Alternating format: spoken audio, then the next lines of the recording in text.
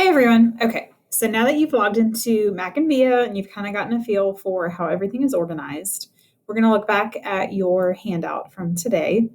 And of course, some of your topics will relate to science and psychology. So I want to show you just a few things that are going to be important. The first database that really you probably could use for any topic is this first one, Academic Search Premier. And you see how I have this where you see the icons of the databases?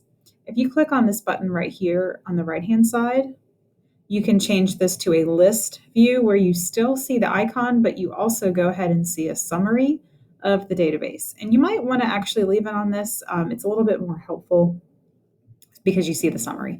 So Academic Search Premier is a very general, broad database for any kind of academic topic, as the name suggests. So we're going to open that to show you what it looks like in case you have never used it.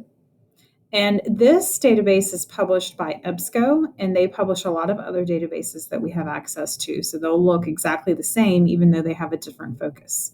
So this is your very general homepage here. You can type in your search terms here. And we'll just say you're researching autism treatments. I'm going to type in autism treatments just to show you some of the features. So here's a results page. So when you see your results, just kind of get used to looking around the screen here. You have an icon here that tells you what kind of source it is. So this is an academic journal. And you can see a lot of information here. You can see where was this published in. This is an actual research journal, and here's the date. That's very useful, of course. Something that you want to write on your handout towards the bottom, either in notable features or special features here and pro tips. You need to get used to using this. There is a subject terms search feature pretty much in every database in some way. So you might be trying, one part of research that's difficult is how do I word my information search? Because the words I'm using to represent the information I'm looking for might be kind of different from what the database company decided to use to represent that same information. So getting used to that takes a lot of time and practice. So that's why this is so helpful. These are other search terms that you could potentially use to find similar information to what you're looking for. So definitely get used to that. And under here, you do have full text access to this article, which is very important. In fact, if you go to the left, you want to write this down on your handout as well. You can limit your results to full text, and that is sometimes the default setting, but you do want to make sure that you have that checked because obviously it's not very helpful if you only get an abstract citation and not the whole text. Now, if you do get an abstract, we can still try to find it for you, but this kind of helps. You can also go ahead and have it only give you scholarly peer-reviewed journals if you want to, if that's the information that you need. If you scroll down here on the left, there's even more ways you can narrow the search because you can see we did get 853 results, which of course is a lot.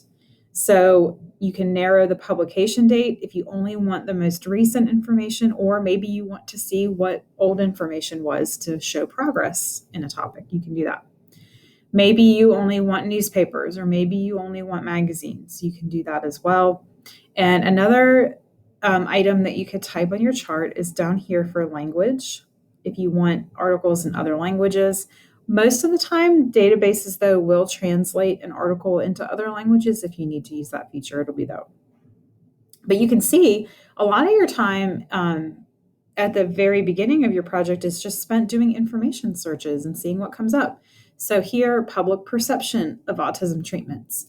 That's very different from, say here, who will pay for autism treatments. So again, that's the work that you're doing for actually a good bit of your time is just what information am I finding when I do searches and how can I change that for what I'm actually trying to write. And I opened up an article here, and here's where you see those different subject terms that you can click on. And I can show you this later, but if you do an advanced search, you can actually search multiple subject terms at the same time. So that will narrow down the results that you get because you're looking for more information in your results. And So remember, we're still in Academic Search Premier database. So say you want to use this article. This is what I'm about to say. Go back to your chart and you can type this in. There's a Google Drive feature. So when I click on that, it's going to save this article to my Google Drive, which is an amazing feature. So I do have to click on which Gmail address I'm using right now. And I think you can tell I've already done this. So you're going to if you've never done this, you're going to have to give it permission to access your Google Drive, and that's okay. That's safe. So here it looks like nothing happened, but it says your document has been saved to your Google Drive, and I click OK. And I'll go to my Google Drive, and this title of this article is Magellan Autism Center Team Up. So I'm going to go to my Google Drive, and it's actually right here on the quick access because I just did it. So you can see it